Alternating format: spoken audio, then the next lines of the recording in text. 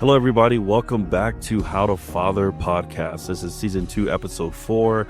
I know it's been a big gap between 3 and 4. I do apologize. Life is life. I mean, it's busy with sports and school and kids, and I joined the school board. And work has been very hectic, which I'm not complaining about, but it's been a really busy time. So thank you for everyone who's still watching, listening to the podcast, still getting daily numbers, which is awesome.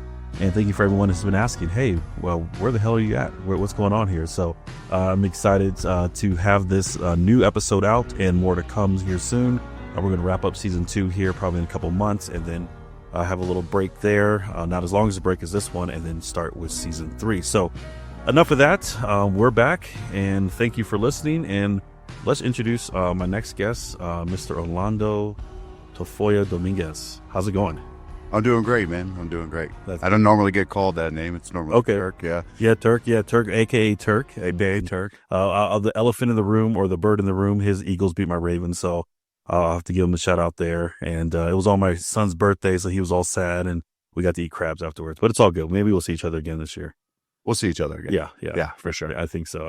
We'll see how it happens. And it sucks if you're a football fan, when you have a loss and then a bye week, because then you're like 2 weeks just sulking. You can't just get over it with the next game. It's just like, well, shoot, this sucks. Yeah, you don't have anything to get you out of the hump. Yeah, and I didn't listen to sports radio or anything for like that whole 2 weeks. I was like, nah, I'm not going to listen to this crap because, everyone, of course, is doom and gloom every time you lose a game. But here we go. We got a home stretch for NFL football. But, we could talk about football here and there. But let's talk about the task in hand. We're both dads. So you're a dad. Tell us about your fatherhood. We'll start, of course, in the very beginning. When you found out you became a dad, how old were your kiddos, etc.? Yeah. So I was 17 when my first wife told me that she was pregnant. Okay. Yeah. So I was just a kid getting ready to have a kid. Yeah. And so I have 3. We stayed together for almost 20 years, before she passed. And so I have a 22-year-old. Okay. A 17-year-old, soon to be 18 in a month. Wow. And a 15-year-old. Okay. Going on 30. That one. That's a girl. So daughters are something else. Yeah, we'll talk about that. Yeah. Okay. And so you mentioned, of course, a young father. How was that? I mean, I remember at 17, I probably could barely tie my shoes. How was that like? Okay, shoot, like this is a complete change. I mean, becoming a dad in my late 20s, it was like my whole world was like rocked. I couldn't imagine at 17. What were your thoughts then? Man, honestly, I was on a pretty bad path during that time. I dropped out of school. I left my house like at 15 years old. And I was just in all kinds of crazy stuff. So when I was told I was going to be a dad, I was actually extremely excited. Put some calm in the chaos. Yeah, man. Like, I grew up pretty tough. My parents were pretty fucked up. I don't know if I can. You can curse, yeah. Okay. Let me just make sure. Yeah. All right. I should have cleared that up. But yeah, so I was like, man, here's my chance. I know I'm young, but I was already working full time. Yeah. And, generally like a responsible guy, but I'd like to, have some fun. Yeah. But and I was pumped. I was pumped and good. Yeah. And I was really in love with Christina at the time. And so I was like, yeah, let's do this. Let's make this happen. That's awesome. And that's a very rarity, because I know a lot of people who have either young parents or became young parents when I was in high school and maybe even getting out of high school that were just scared shitless. I mean, they were just like, whoa, I don't know what to do. I don't know how to do it. Sadly, a lot of them just like pass it on to their parents. Like, okay, hey, you do this. Clearly that wasn't the case with you. But yeah, that's a very, I wouldn't say rare, but at least from my perspective, a pretty rare perspective of having a teenager saying, okay, well, shoot, like everything else is wild, but this is my chance to shine pretty much. Yeah. I didn't have the option of parents. My mom, was a heroin addict, and, my dad, he was still raising my sisters, and he couldn't afford to do anything. Yeah. So I had 0 options. Yeah. So my only option was to win, man. Like I had to succeed. So. Well, it's the idea of you burn your ship at the shore, right? Like there ain't no turning back. Either this is it. Moving forward only with your kids. And then, so of course you're 22 now, almost 18. So 4-year difference between the two. Yeah. And then, was that more planned? Was it just like, okay, we have another one here. I mean, it's still fairly young, etc. Thinking maybe having siblings with your older one. Yeah, no, that was more planned. We understood that we weren't really, you know, equipped. We didn't plan on having a kid. Yeah. You know, so then we just at that point we just, you know, we're living life, doing our thing. Yeah. And honestly, you know, we split up here and there in between that time. You know, kids raising kids, wanting to be college life, but raising a kid. So every other week I was a college kid, and then a dad the other weeks. You know, but then you know, we got our shit together, and that's good. Yeah, we decided to have another one.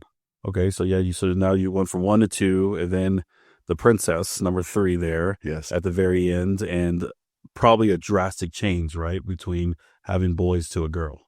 Yeah, it was. You know, I was actually, that's the only one I was nervous about. Yeah, you know, raising a daughter. You know, I was really nervous about that one. Just everything in life, man. It's different. Yeah. When you have a daughter, the way they love you and the way you love them, Yeah. and it's just different. Like you just want to protect them from everything. Everything, exactly. Yeah. But to the point to where you spoil them to when that's when they're just spoiled brats. Yeah. Well, it was funny when I was growing. I always wanted a girl. Always wanted a girl. I'm done. No more kids. But I've always wanted a girl, and I was like, I'm going to spoil the crap out of it. I know it. And everyone's like, why? I was like, because I want her to know that you ain't getting nothing.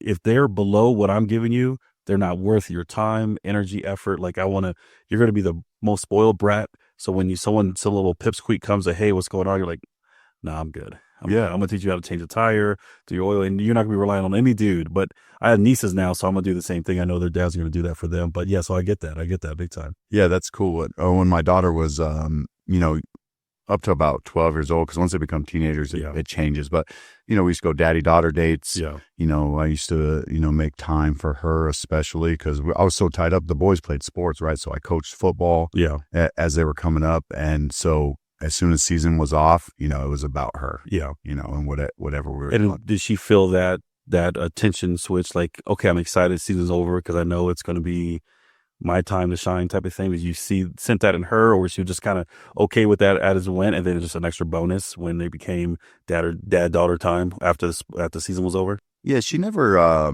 like mentioned it, like saying like excited for it, but I would hope that the time was appreciated. You know what I mean? She's not too vocal that way. Yeah. Okay. Yeah. I get that. Yeah, but now as like a teenager, she still wants my attention, but it's like on her terms. On her terms. So that's tougher. Exactly. Because now I actually have more time, and like you know, when I want to spend time or do things, she's like, I don't want to do it. I'm okay, Dad. Yeah. No, I'm good. Yeah. It was funny. I was coaching my youngest soccer team, and it's crazy how the kids have their own little mindset, and these little pipsqueaks running around, and I was like, Skibbity, Ohio or something. Like, oh man, you know, it's not cool when you say it. It's only cool when we say it. And I was like, you guys can't even spell cool. First of all, let me correct you on that. Yeah. But second, I'm sitting there like, you know, I used to be the cool guy. And like, even my 8-year-old is like, Dad, no, like, get away. Like, I'm like, hold on. We're buddies. And now I can't even be around now. Okay, my bad. Oh, yeah. All right. I was like, we'll see how that works. But then I'm kind of sad because when they become in high school, when I can actually like, hey, let's go do something. Let's go do this, do that. I'm going to be even less cool than I am. They're already in elementary school, and I'm already not cool enough to hang out with their buddies. When they get older, I'm like, oh, I'm chopped liver. I'm just, here's some money for whatever you need, I guess, at the time. And then go from there. Actually, Caden, so my middle kid, he was always my partner. Yeah. Like even as a baby, like he was just at my hip. Like that dude was always with me. And that actually extended for years. I mean, even now, Caden's always with me. Yeah. You know, and you know, all the boys, you know, they come over to the house, say, what's up, Pops? Like, it's, you know, it's like, it's cool, you know? And then they all ended up working for me, and Katie ended up working for me. So it was like, we got to keep that bond all the way through high school, which was the goal. Exactly. It was cool the first time when I went there to get some tires, and I was like, oh, there's Katie. And I was like, oh, there's some of his buddies. I'm like, oh, man, he got like the whole football team or whole crew. Yeah. Well, that's pretty cool. That's pretty sweet. And then it seems, I forgot the young kid that just got engaged or maybe just got married. He had the Mazda 3 with a giant muffler sticking. Oh, yeah, Ryan. Yeah. Great kid. And when I saw him at, I think your Christmas party or something like that, I was like, oh, how do you know? I work for him and stuff like that. But you could tell that even Caden and his buddies, but even these a little bit older, because Ryan's probably in his 20s maybe. Yeah. They still looked at you in a sense as a like a mentor, father figure type of thing. Kind of you had that presence over a lot of the guys that that worked with you or under you, and of course your kid and his buddies. Yeah, I like to build a family that way. Yeah. Mainly because that with that business, when I found it as a teenager, I worked there in high school, and then I left for a little while, and I missed the camaraderie. I think I remembered it, so I actually came back like at 25. Oh wow. Like I restarted a little later after having some odd ends jobs, and I remembered what that business is doing for me Mm-hmm. right now. So I wanted to create that. Actually, it's funny that you noticed that, and I really do appreciate that because like I make it an effort. Yeah. And I go to the high schools and I ask I go to the counselors. I hire kids that are struggling in class, Wow. kids who have bad home lives, Yeah. to try and give them a way out and a way to make their own career, their own money, their own path, or even just be a guidance man because, people crave that, they crave a mentor figure, Exactly. a father figure, and it's so important to have it. And I actually have a damaged relationship with my father. I wasn't like growing with a single father, but like, I still feel that now. So I try to make sure young men and women, they don't have to deal with that. Well, I mean, that shows a testament of who you are. And man, and we've been friends for a little while now, of course, connected with Drew and everyone who's a new dad, which we get him here soon, when he gets some sleep or whatever. Yeah. Whatever's going on there. But it shows that you saw pretty much your path, right? Your path of, okay, I had my kid.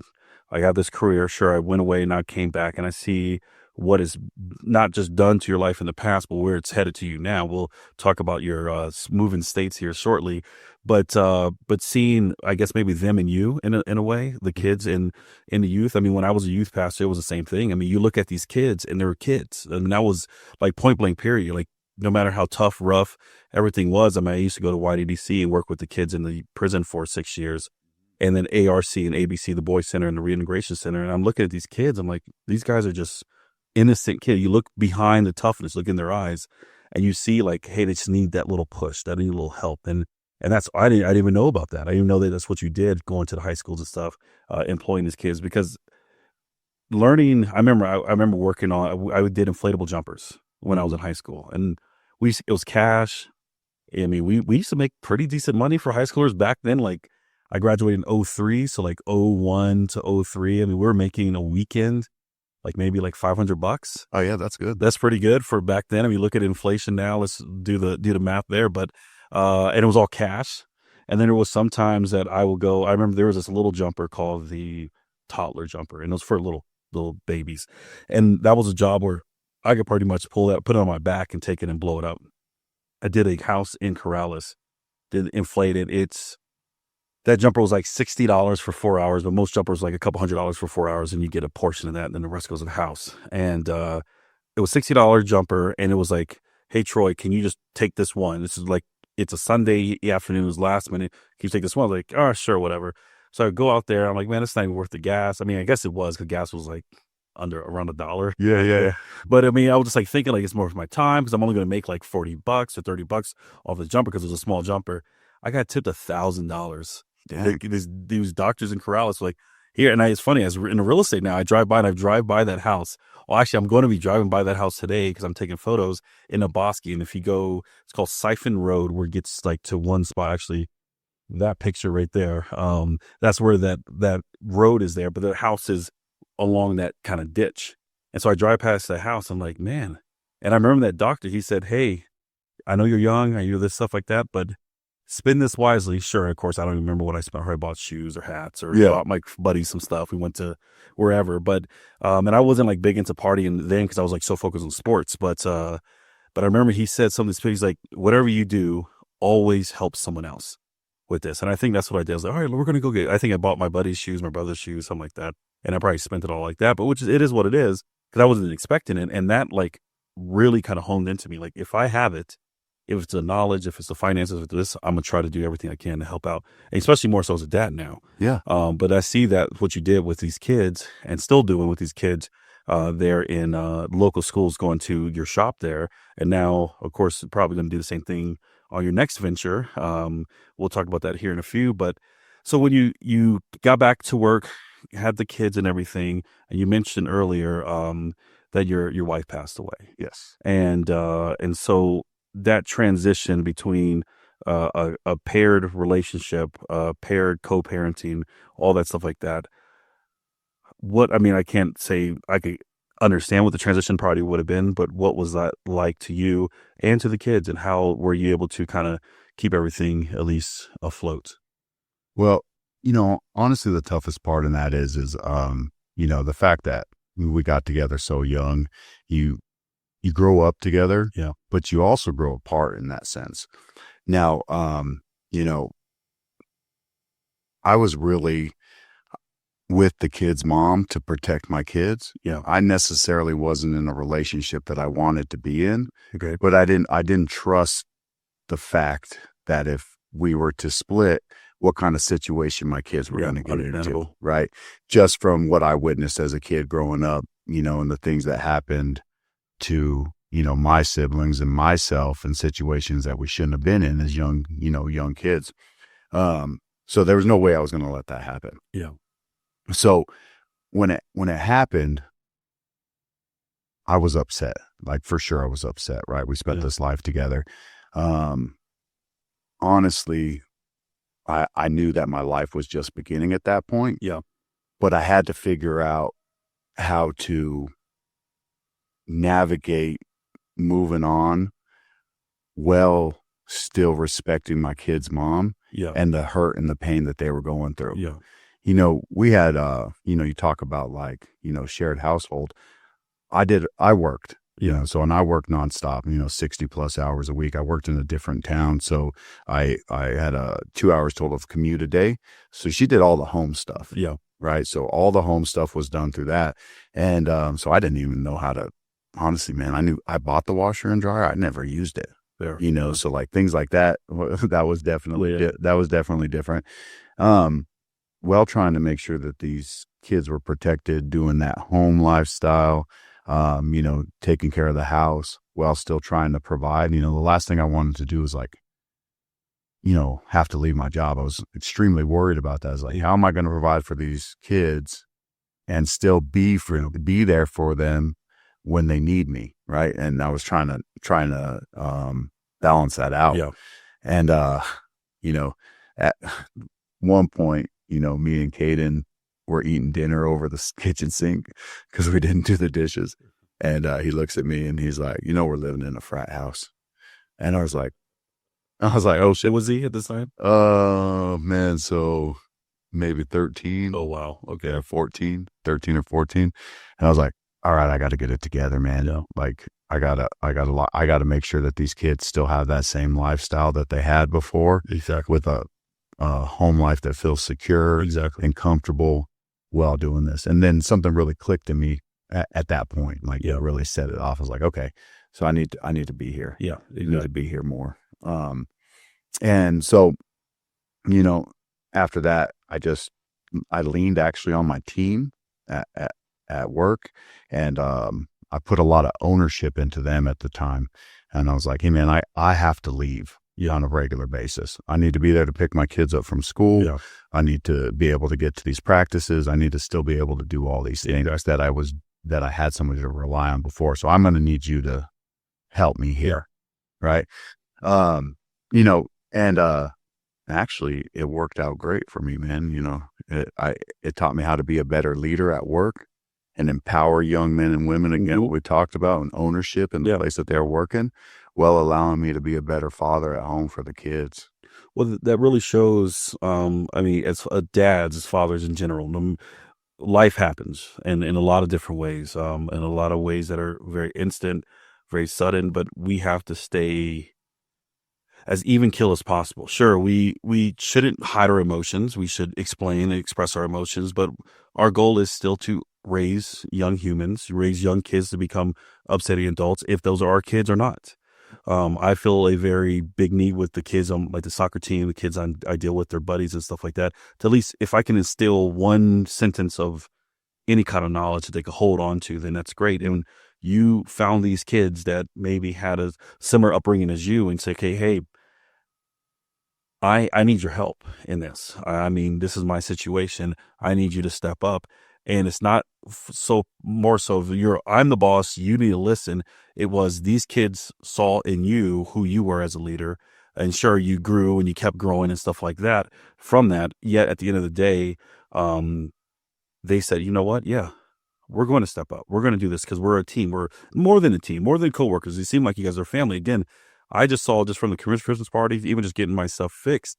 I'm like, man, these guys are like pretty connected. Like this isn't just like, oh, I'm working here, I'm working there. It's like, okay, let's get it going. When I think Caden had a powder puff game, and they're like, all right, if you want to get this done, let's get these. And I was looking I was sitting on the platform or the bar top one and watching them, and they were like rolling tires to each other, just getting all excited, getting ready, like let's go, looking at their watches and stuff. I was like, okay, I see this, and that really showed what kind of environment that you had as a boss, employee, father, and how it all kind of connected. And that clearly just listening to the story when that all came in, it was cool to see everyone rally. And now my next question, when that all happened, where did you find the support from? And it seems like probably family as well, but a lot from your company. Yeah, a lot from my company. Family was definitely there for me, but when something like that happens, you'll find that people are there for you in the beginning a lot, and it's no doubt, and it's everyone has their own lives, right? But in the beginning, everybody's there for you, and everybody understands, and everybody's apologetic, and they help out. When something like that happens, and I hope nobody ever has to go through it, but the real mourning and everything sets in months afterwards. Exactly. And then that's when it's like, okay, so everybody's back to their lives, everybody's doing their thing again, and then you're just there. Yeah. And during that time, it was actually COVID. Oh, geez. So I had this 11-year-old daughter at home, and she lost her mom 3 months before. I had to go back to work, right? And she wasn't in school. Yeah. So she was at home by herself 8 hours, 10 hours a day, just like by herself. Yeah. And that as a father, man, it killed me, and it still kills me to this day. Like I couldn't imagine what she was going through, and I tried to, and so now as raising a teenager, I'm like, I try and take some of the things she does with a grain of salt, because she went through a lot. Yeah, she did. She went through a lot. Young age, in a very transitionary age too. Yeah. But then you also gotta, kids are smart too, man. They'll take advantage of that. So it's like, how much of this is actually something, or how much are you pulling at my heartstrings to take advantage of me? Because I feel bad about these things. Yeah. Yeah. And even out of, without any kind of tragedy, kids will do that. Oh, yeah, they're smart. They give you that look, and you're just like the other day, I was like, all right, boys, we were going to River Lights last night, which of course it's like River Light Balloon Fiesta. You're like, oh man, I got to deal with all these people, the traffic, the getting there and everything like that. And coming from the East Coast, I know how to bypass all the lines. And people, it's funny, and this is a weird tangent, and I was talking about this the other day. I was telling my kids, like, boys, if there's 2 lanes that goes to 1, you stay in that travel lane until it closes. That's the flow of traffic. You go into the far left lane that's still open, way back there. That's how traffic gets bogged up. Yeah. And it's just kind of just one by one by one. You'll get someone that's like, no, I've been here for 30 minutes. I'm not going to let you in. That's fine. The next person probably will. And so their central was wrapped, from the Balloon Fiesta, or from the biopark all the way down Rio Grande. So I'm looking at the map. I'm like, nope, I'm going to go down Martin Luther King, kind of snake through downtown, come on Central, and turn left, see it bogged down, stay in the left lane all the way until I got to New York to the turn. And then I got a car, like, oh, easy. It's like, gotcha. It turned in, pulled in, and they were like, oh man, that saved us a lot of time. Like, sure it did. But it was funny. The reason why I brought that up is I went to Nordstrom Rack. I was like, oh shoot, like we got to get going. I look at these kids, they're wearing shorts. I'm like, great, you guys wearing shorts. We don't have time to go home. We don't have time to do all this stuff. What are you doing? So I was like, all right, we're going to run to Nordstrom Rack, get you some sweats, and like, you got your jacket, you're good to go. I ended up getting sweats, some outfits, some shoes. Yeah. And it was just like the whole thing. They're like, yeah, Dad, like I got my Jordans. They're my basketball shoes. I don't want to wear them and mess them up. I'm like, you got a point. I'm like, yeah, but no, you got other pairs of shoes. And I'm looking like, but Dad, these are the same shoes you have. I'm like, oh, dang. I was like, oh, that's a good deal. And then Cam was like, I want a pair. I'm like, man, like you rouse, like they knew it too because I'm walking and they're sitting there and they high five each other. I see the court. I was like, oh, Oh okay, yeah. okay, you guys figured it out, huh? You figured out like if we know we got to go somewhere and we got to maybe get something because we forgot it at home versus like, okay, we weren't prepared for this. Dad's going to eventually, he's not going to let us freeze. And then he get new shoes and new outfits out of it. And I was like, go up there and I was like, $300 later. I was like, geez, I'm like, all right, here we go. And yeah, that's just, but yeah, to your point of kids know how to play that game no matter what. They know how to play the, oh, can I get a little bit more here, a little bit more there type of thing. And it's, yeah, they get the little pouty face and then they're your kids. And you're like, oh, shoot. Okay. Well, Caden still gets me, man, because I tell him all the time, I'm like, just understand that you got your style from your dad, okay? Yeah. I've been dressing you your whole Exactly. So even as a teenager, like prom, these things comes up. He's like, hey, can you come help me buy some clothes and do these things? And then it ends up costing me all kinds of money, man. I'm like, dude. And he's like, yeah, but you get it like this. And I'm like, dude, every time, like, you work, you got to start spending your own money. Exactly. But he plays on it like, oh no, but what you pick is cool and what. Yeah. And so then I'm like, yeah, you know what? Yeah, you're right. Wait, hold on a second. What are you trying to do? yeah, What are he you hustled me. Oh, He's a hustler. Yeah, that's how the boys are. It was funny with the shoes. Like, Dad, these are waterproof because, like, I mean, we could wear these, and if it's a little bit of snow on the ground, we could like still wear it, and our feet won't get wet. I'm like, yes, man. Like, what?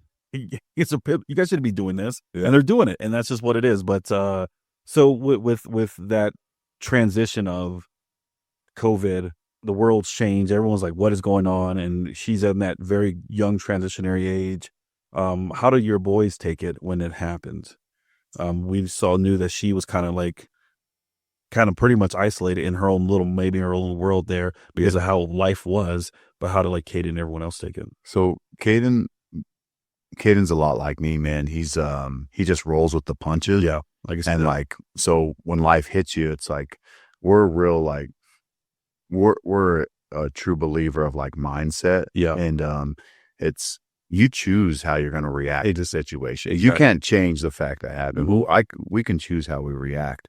So obviously he has tough days, no doubt, like just like I did, Bella did, but for the most part, he was good, man. He was a little angry in the beginning and taken out in some ways, but he always had sports. So he kept playing sports, kept staying focused. My oldest boy, he was 18, right? Okay. He just graduated high school. And he took it tough, man. I think he's still taking it pretty tough. Yeah. He really is like in a tough, like a weird transition, like going into a man now that he's 22. Yeah.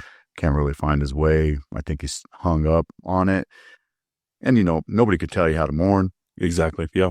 But at some point, like, that tough love has to come in. It's like, man, time to move on. Yeah.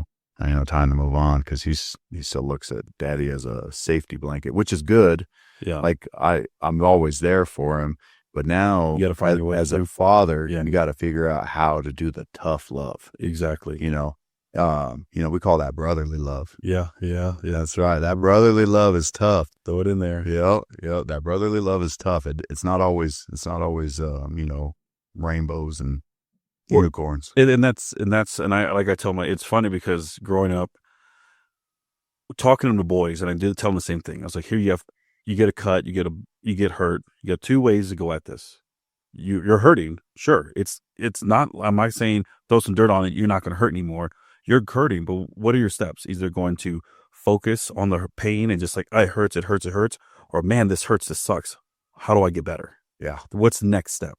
And sadly, a lot of people see that as that whole throw your dirt on it. You don't need to feel pain. Like, no, there's empathy in there because you have to feel, you have to mourn, you have to grieve, you have to go through the cut, the pain, the bumps, the bruises. But the key is, how do you get out of it? What's your next step? Because eventually it's going to make you stronger. It's going to give you more resolve. And then it's going to make you think, hey, maybe I won't, if it's like jumping off a rock, I should probably think twice of jumping off a rock or jumping off, like Camden broke his arm because he's like, Dad, and it was the worst when you're like, Dad, I think I could skip 2 of them on the monkey bars at orientation day, first day of school, orientation day. And I said, do it, just be careful. He grabs it, misses, slips, breaks his arm in 2 places. And he's like, oh, I heard a pop. And we're like, so we go to the thing, God, the nurse was there. And she's like, okay, I don't have an x-ray machine. But my daughter just broke her arm. I would go check it out. Of course, whose fault was it? It was my fault because I didn't encourage him. I just said, be careful because Yeah. already in the action. But now I'm like, Camden, are you going to jump too? He's like, unless I know I can make it, I'm not doing it. I Yeah. was like, there you go. So it was crazy because he was like, put a little weak cast on. He was ready to go back on the monkey. I was like, dude, you don't even have a hard cast on. Like, chill out. Yeah. And he was wrestling his brother. I'm like, you're going to break your arm even more. Like, Oh. relax. But he was like, but your dad, you told me to like, I got it healed, got it wrapped up, and then move on. I'm like, okay, yeah, but let's be smart. Let's be smart about to move on. You can't just like, okay, I'm fine, and just go. Like, there's still steps to your healing process, and that brotherly love, that tough love, that fatherly love is, I'm here with the best intentions for you, not to make my life easier, not even to honestly make your life easier right now, but we have a life to live, and you have all the right to grieve. You have all the right to feel the way you feel, but use that energy and channel that mentally, physically, spiritually into something that can make you that much better. And it's not easy. I don't think anyone has the words to like, this is how to say it. Boom, everything's healed, everything's saved. But yeah, there's a point in our time as fathers across the board, no matter what situation you're in, if it's a little cut from the playground or something as tragic, dramatic as your kids went through, that we have to sit down and say, okay, hey, like, I mean, clearly, like you have the mindset, Caden has the mindset of, yes, we have to go through this process, but how do we come out of this better and stronger? And honestly, pretty much saying, hey, I'm this way because of the legacy of my mom. I am this way because of who she was, who she instilled into me, and whatever that is, I'm going to hold on to that, and I'm going to go to the roof. Sadly, last night, one of the kids that I used to work at the daycare with the church. They called me last night at the River Lights. Their mom passed away. She was young. She was probably like 45-ish around there. And they said just kind of happened out of nowhere. She wasn't feeling good. They went and checked on her and she went to the hospital and she passed away.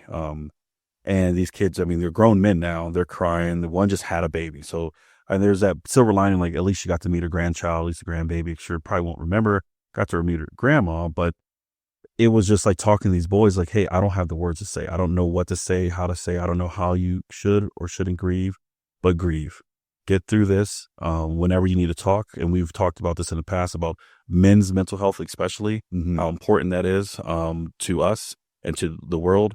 And I said, here's the thing, grieve through it, but know what your mom wants. And he said, my mom's last words was, love your spouses, do everything wholeheartedly.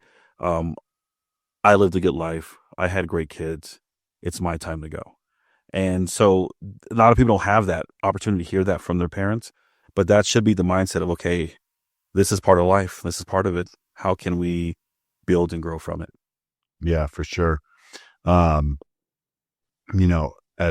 far as, the mental health aspect going, a lot of it, it's hard for a lot of men to show emotion. Exactly. And I'm not really one of those guys. I mean, I'm not like a big crier or anything, but like well, maybe a little bit. I heard at your wedding though.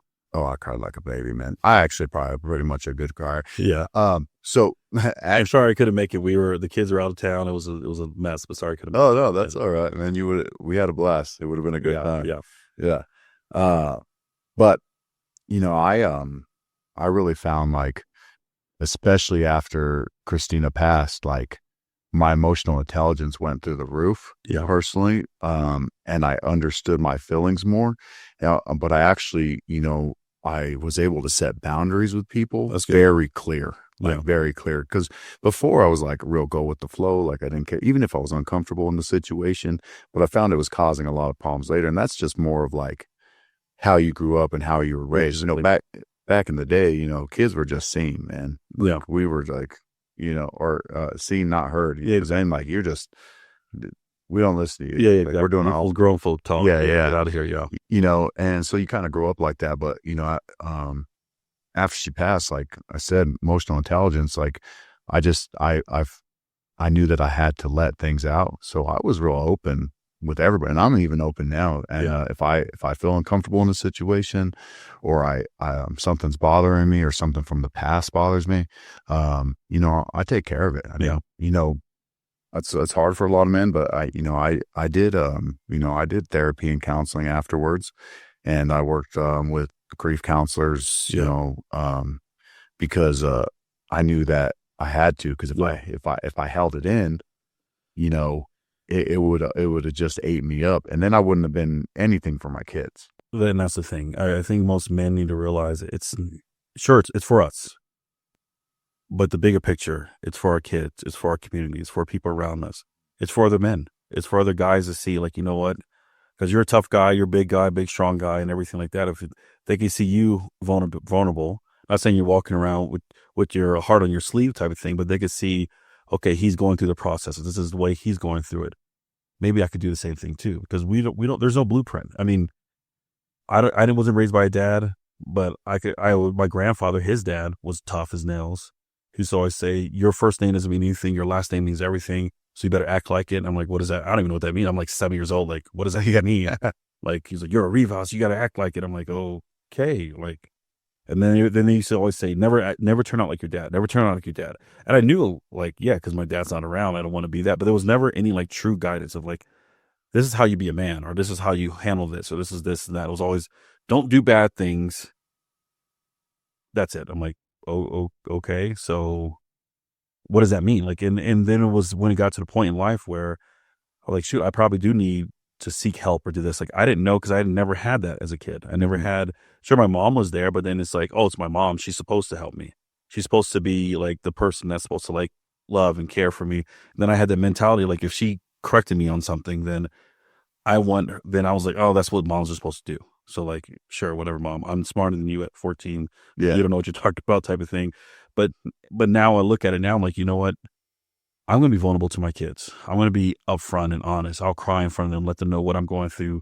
If I've had a stressful week, like, hey boys, I'm having a stressful week. This is what's going on. I won't tell them in full detail, but hey, this is what's happening, but we're going to get through this. We're going to have fun. And then usually when they know, like when it's kind of getting rough, I'm like, all right, let's go. I'm a big birder, a big bird watcher. I'm like, let's go. And we do it when it's fine too. I'm like, let's go for a walk. Let's go for a hike. Let's go look at some birds. And then there was like Dad, Max, the little one. He's so keen to like everything, like everything's going on. Camden understands, but Max is like, he'll come hold my hand. Dad, are you okay? I'm like, yes.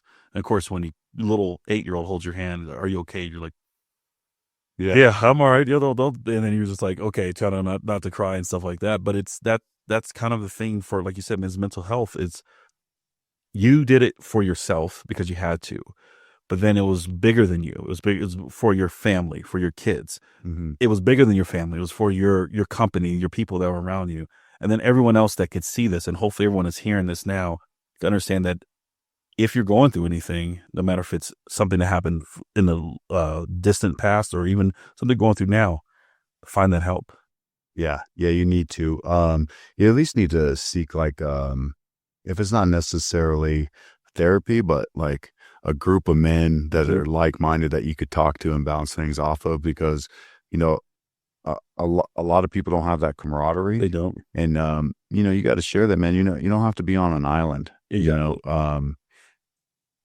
Men's mental health is just like, statistics wise, I mean, I don't know them, but as I started diving deeper into it, it's pretty like, bad. yeah, it's bad. It's pretty bad. It's bad. And I know, cause I went down that. I mean, what the real catalyst when I had to get help is, I suffered an extreme panic attack. Yeah. And, I had to be hospitalized. I thought I was actually having a heart attack. I thought I was dying.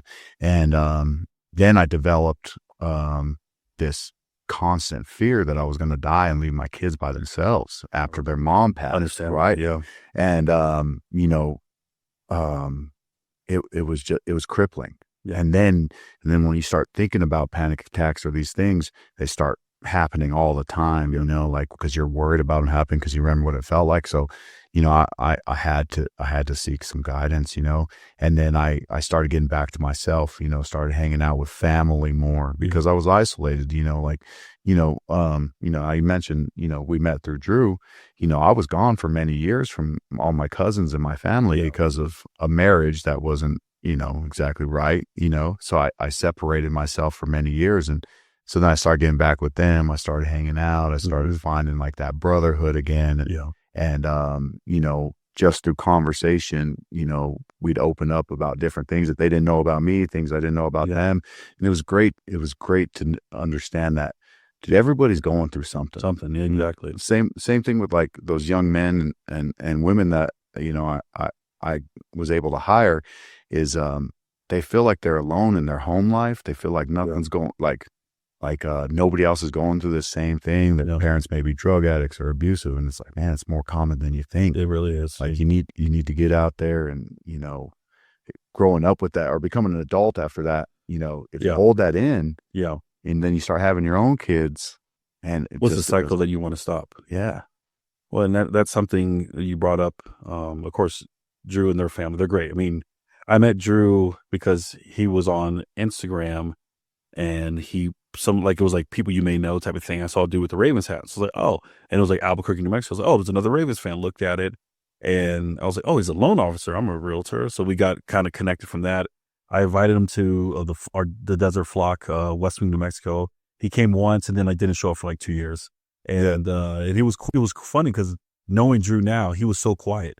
Like he sat there, he had his glasses on, was kind of geeky in the corner, kind of just sitting there, like go team type of thing. And now it's like a complete different story. But for sure. And Drew is my youngest, Max's godfather. Oh, okay. And which Max didn't pick.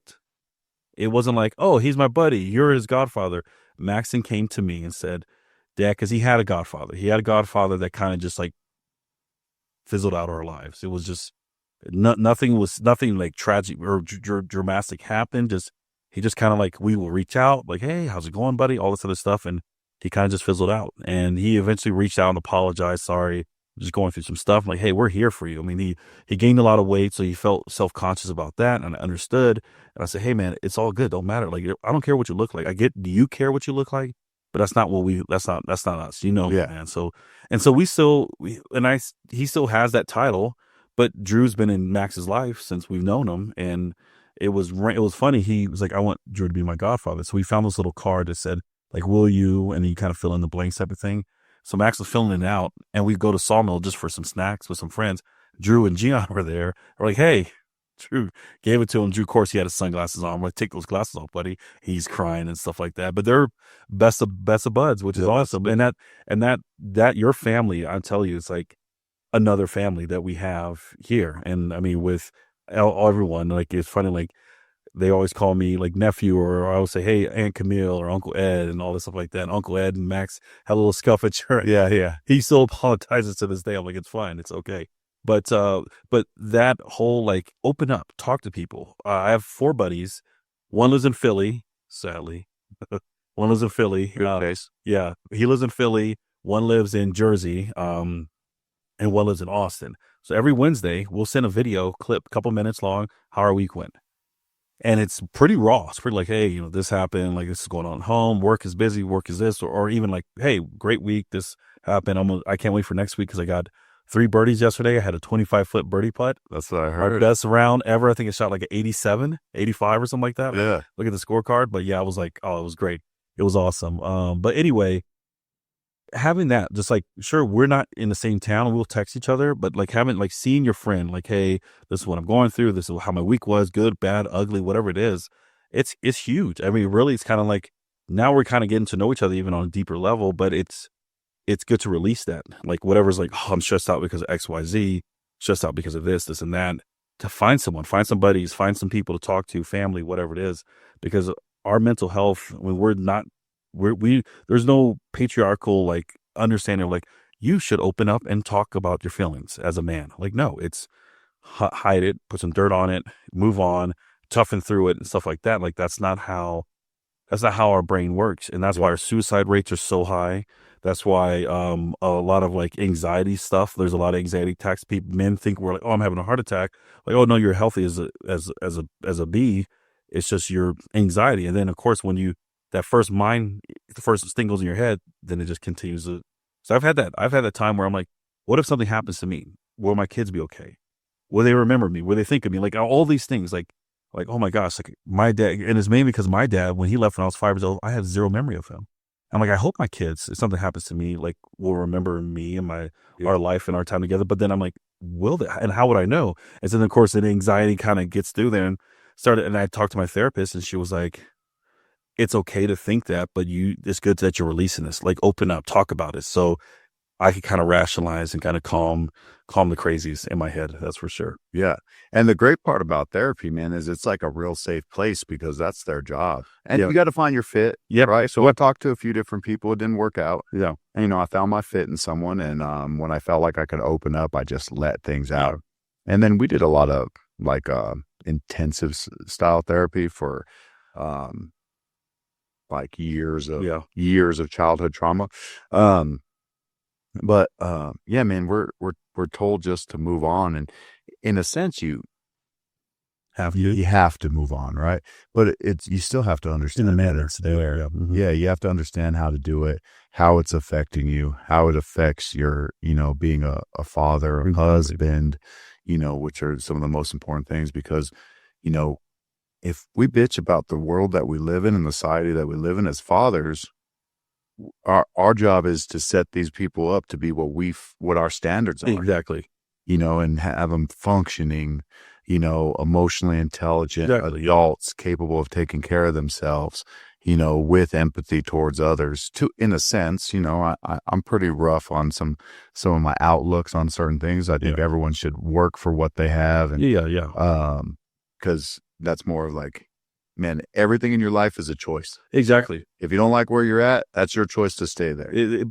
And 1000%. Yeah. So like, I'm not much for handouts. I like people to work, and I instill that in my kids. Maybe not my daughter. She gets whatever she wants, but Bella's a princess. Yeah. Yeah. But for the boys, for sure,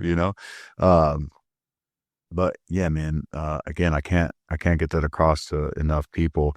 And, especially like, I couldn't imagine being a young man, like a young dating man in the world today. Oh, geez. Like, I get that standards are tough for women, but I feel like standards as a man, they're so high and there's so much pressure on these young men to have that job, to have that body, to have that car. And man, it's crippling our young men. Well, you're not wrong. I mean, there's people like you back to your people.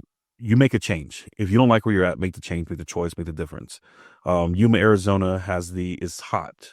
Who wants to live in Yuma, Arizona? Is 120 degrees year round or whatever it is. Has one of the highest unemployment rates in the country per capita.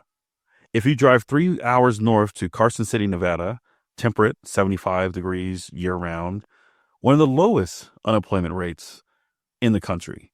A 3-hour difference. But people like to be stuck in the muck. They want to be, there's a victim mentality that's sad that a lot of men have. Because I was dealt this hand, or because this happened, or because this situation happened. Like, we all have had situations happen to us, but it's how do we go through this? And then especially as fathers, our kids see more than we think they see. Oh yeah. They see everything. They see the ups, the downs. They stay quiet, except for Max, who come hold my hand and make sure I'm okay. But they see that stuff. And with that being said, we got to show, okay, hey, we're here right now. Doesn't mean we're staying here. Yeah. That this has happened doesn't mean like this is our norm. This is our life. Mm-hmm. This is what's going to be. Like, no, we're going to do whatever it takes to get to a place where we want to be.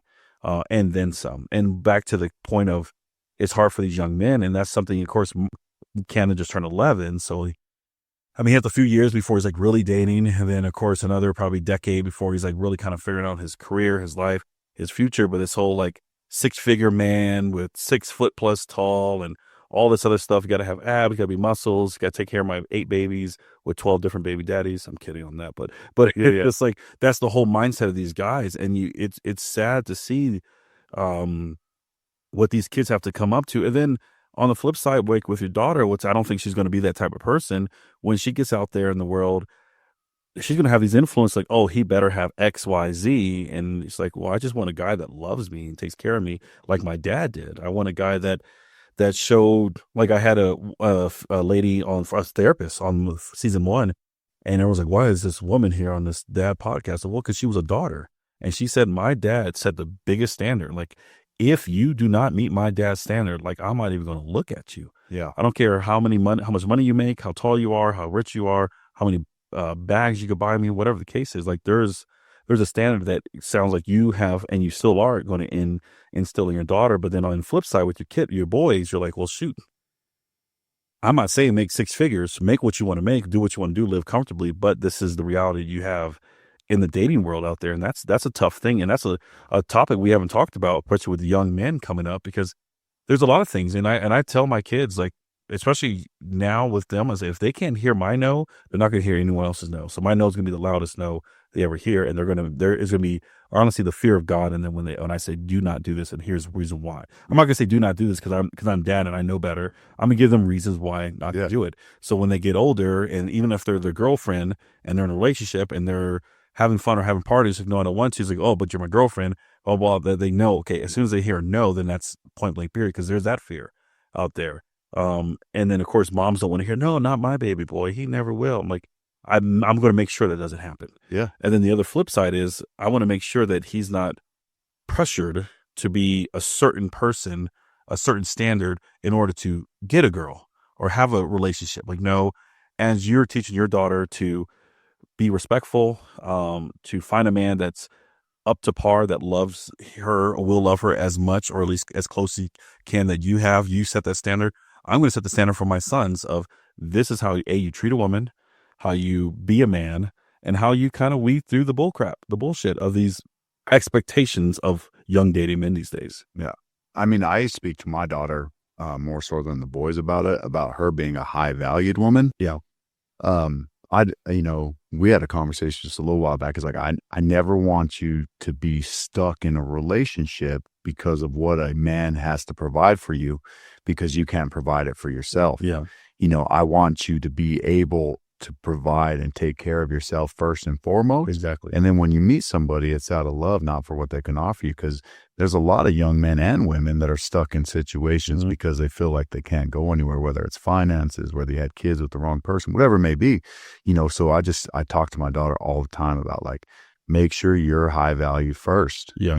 You need to be high value to take care of yourself. Exactly. You don't want to have to rely on anybody else in life. Ever. Exactly. Ever. And then when you find that person, that partner, it's such the beautiful swan dance of, here's where I'm at with my life. Here's where you're at with our life. Here's what we have brought together. Here's where we're going. And that's a perfect segue of your new wife, Kelly. Yes. That's right. And she's a great influence to Bella.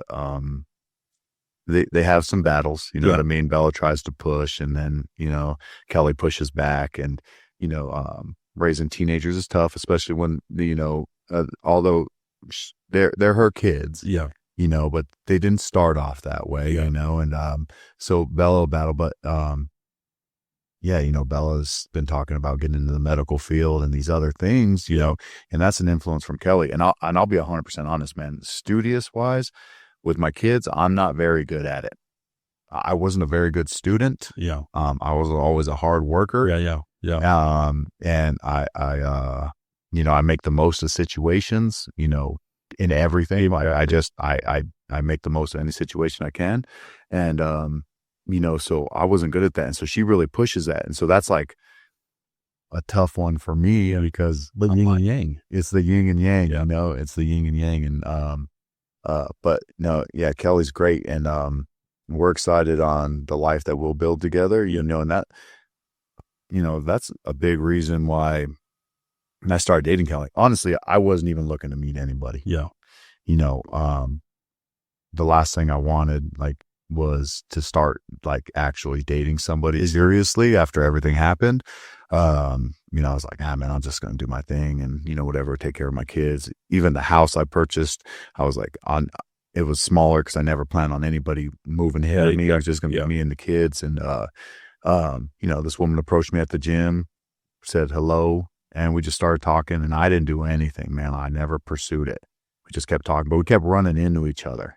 And so finally I was like, hey, can I get your number? We started texting back and forth a little bit, found out more about her, did some research on her. She didn't have a lot of Instagram followers or posts, which I know that might sound crazy. That's huge to me. That's huge. I don't want somebody that needs affirmation from random people. Yeah. That's the last thing I want, is an attention-seeking person. And then I found out, she was educated. She went to UNLV. She also went to UNM, but she started at State, went back, graduated from State with her doctorate, so I got me a doctor. Yeah. I'm Mr. Doctor. Dr. Kelly. Yeah. And it wasn't so much like title or like what she could bring financially. It's like she was self-motivated. Yeah. She wanted better for herself. She went out and wanted to be a better person for herself. And that was the type of influence I wanted around my kids. And like you told Bella that you want her to be a high valued woman that could take care of herself. And as much as we tell our kids, we want you to be XYZ, they don't hear, they only see. They only think, okay, I'm going to follow your example. And now she has an example. I'll tell you this, when I first met you guys, I always thought Kelly was their like mom. Okay. Yeah, I never knew until like Drew said, oh, that's pretty much her stepmom. I was like, oh, okay. And I didn't know about your wife passing away or anything like that. But I always thought like, oh, like that's husband, wife, mom, like that's all I thought. And they kind of could be her kids if you look at them. Yeah. But I was like, okay, that's cool. And so, yeah, I always thought she was like, I thought she was the kids' moms. And I was like, oh, that's neat. But then that shows, honestly, from me, I'm a very visual person, kind of. I always like, I go like you. I mean, everything's good. I'm on the train. Like, let's go. But as soon as I feel like, things a little off or a little this, then I question it and I kind of step back. So I always like coming into a new situation, new groups of people and stuff like that. I think the first time we met was at Drew's you guys' grandparents' house. Yeah. And then Camden and Caden, they were running around, and I think Camden was saying "Go Ravens." Caden had his Eagles stuff on. And it was cool. It was like, oh, and then I was like, hey, you guys kind of have similar names too. And they're like, oh, so Camden thought it was cool. Like the big kid was hanging out with them or whatever.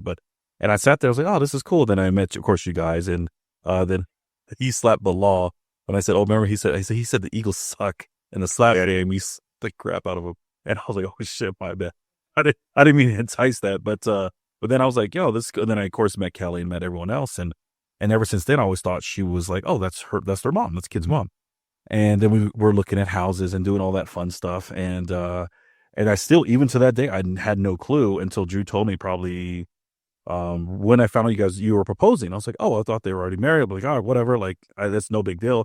And he told me the story. And I was like, oh, shoot. I was like, I thought she was mom. Yeah. But then that again shows your family dynamic. That shows what you have built as a solo dad. And then you found someone, actually not found someone came into your life. It wasn't like, again, like you weren't seeking. I tell people, like all my single friends, like, oh, I can't find the right person. Get off the dating apps, stop going to bars. The right person eventually will come. And I know it sounds cliche, but clearly in your case, it happens. No, I think that's 100% right, man. I'm a big believer in like things will happen the way they're supposed to. Yeah. And, yeah, it happened the way it's supposed to. Sorry, go ahead. That was a perfect jump in there. And I look at your journey as a fatherhood, even though we've known each other for a few years, and what we're talking about now, it just shows that no matter how you've been brought up, you can always make that change. No matter what card has been dealt, you can always make that change. And guess what? Sometimes you start somewhere, you leave, you can always go back. Mm-hmm. There's no shame in saying, okay, I try to do my own thing, but I'm probably going to go back to where I was. There's no shame in that. There's no shame in, okay, you know what? I'm going to figure this out. I'm going to ask for help. The dishes are piling up. I don't know what the spin cycle is. I need help. I need to figure this out. There's no shame in that as dads. Mm-hmm. Ask for help. Be vulnerable to the point where you know it's going to help you grow, where it's going to help you as a man and your kids around you. And then if it's a situation where you're a single dad, there's a lot of single dads out there, don't go seeking the next thing to like make life easier. Find that person that is your yang to your yang, right? Is that person that's going to help not just elevate you, but elevate your kids. And from the outside looking in, I was like, I saw the relationship with how, and sure, teenage girls with their biological mom, stepmom, auntie, they're going to be battling anyway. That's just how life is. But at the end of the day, I always saw like Bella and Kelly's relationship, and I was like, oh, that's a mother's daughter relationship. And because that's all I knew. That's all at least from my outside looking in. And yeah, with that, even when we looked at houses and you guys they're talking about the Christmas tree and like, we need a Christmas tree that goes 40 feet in the air. Yeah. type of thing. And I just saw like how her and Bella were like, oh my gosh, look at this, look at that. And they were like running around. I was like, oh, that's cool, man. And I thought, I was like, man, I always wanted a daughter, but I got boys. Here we are. We're good. We're Yeah. good. And so, I mean, you look at your journey, at least from my lens, that you had your upbringing wasn't ideal.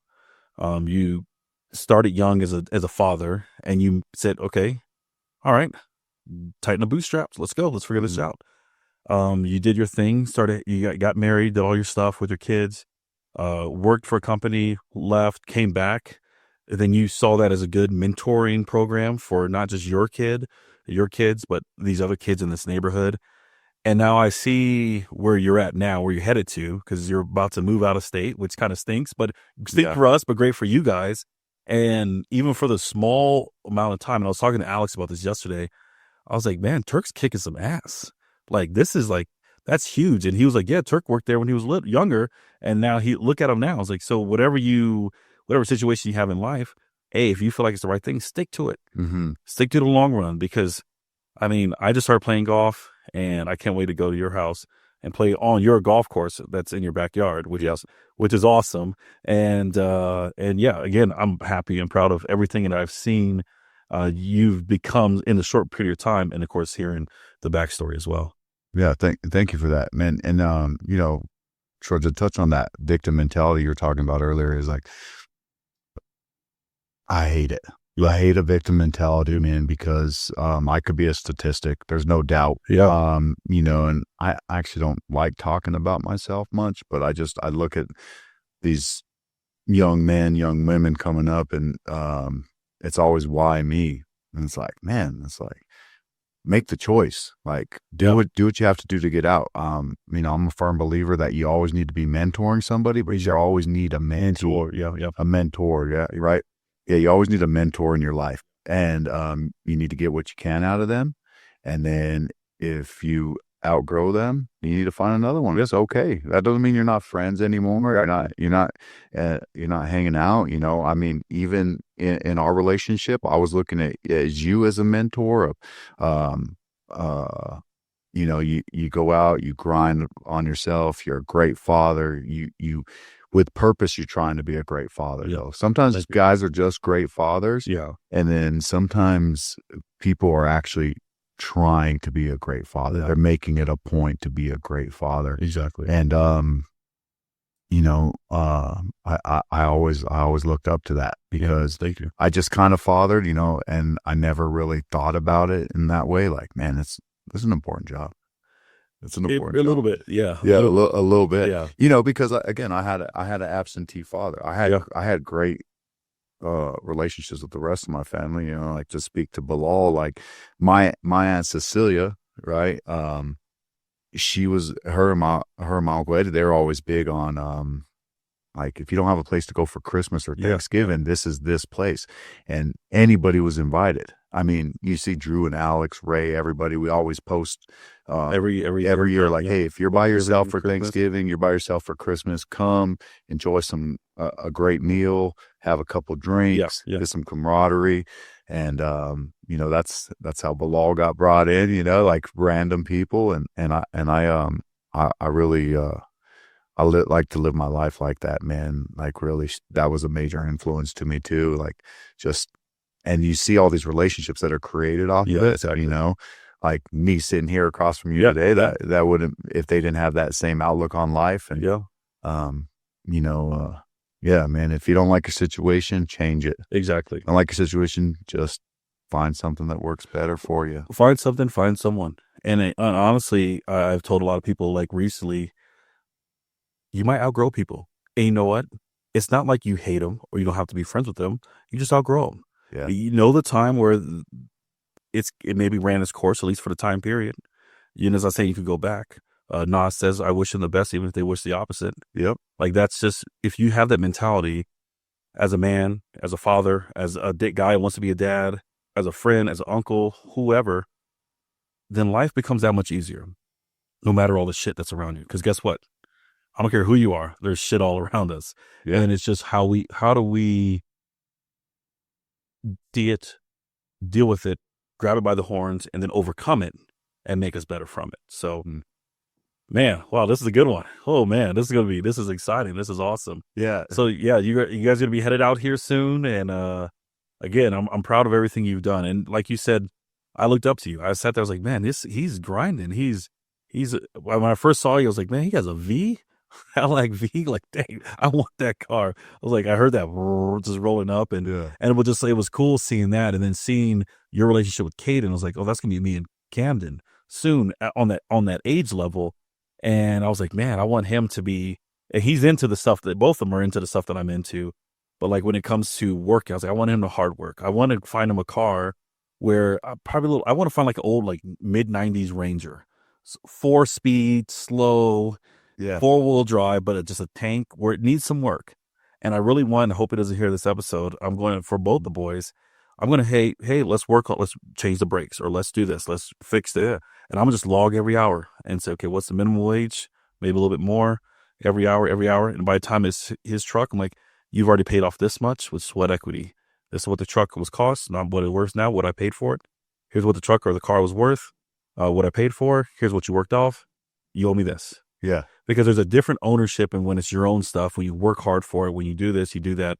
And I see that in Caden, his stuff, that he's just like, he owns who he is as a young man. Oh, yeah. I ran into him at the golf course, him and his buddies, and it was funny. I was like, you guys are all hitting the same way. On the other fairway, you guys are consistent doing that. You guys are doing great, and they're just having a good old time. And I was like, I was like, yeah, just maybe. I was like, I just started, but I see you like kind of lifting up, and he kind of freaks his swing a little bit. And I was like, see, he's like, oh, dang, thanks, sweet, that's awesome. And they all kind of went on their own little way. Yeah. Of course, we're a bunch of old farts and these bunch of high schoolers, like cool kids or whatever. But it was cool. Like they took it, they listened, they moved on, and then that was it.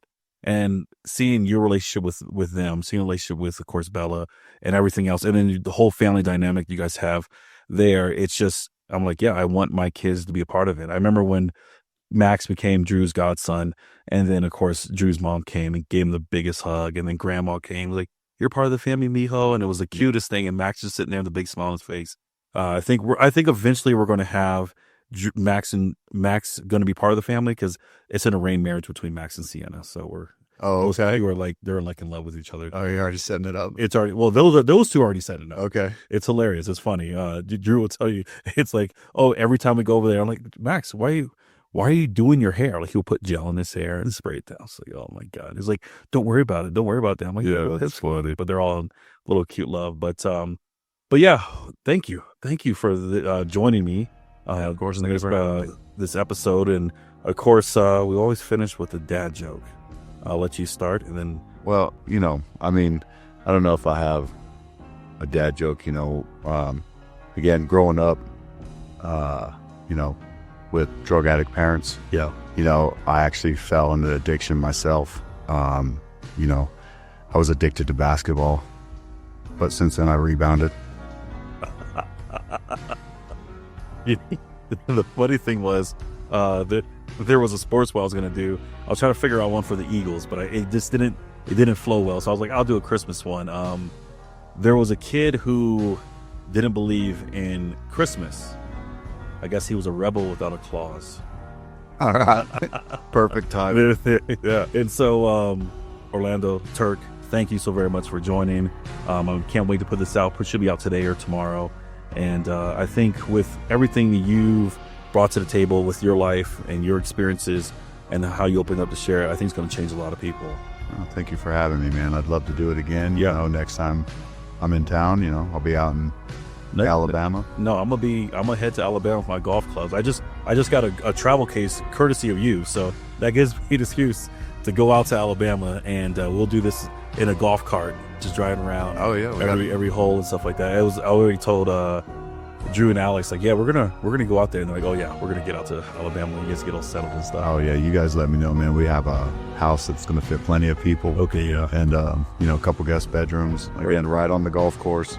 We'll just take the card out once I get one. And I don't know, man, if we film on the golf course, though, or record on the golf course about 13, I'm going to get... Subjects may change. The subjects may change, yes, exactly. Warning. There'll be a warning side. Warning. Explicit content. Yeah. I mean, so please seek your parents' advice to watch the remaining of the video. Well, thank you once again. Thank you, everyone, for listening. How to Father, we're back. This is episode 4, season 2. We got some more exciting dads coming up. Again, every episode I learn so much, and I'm already in my head thinking of how I can apply this to be a better dad. And you're an amazing dad, so thank you for making myself and hopefully all the other listeners be as well as and as good as you. Thank you.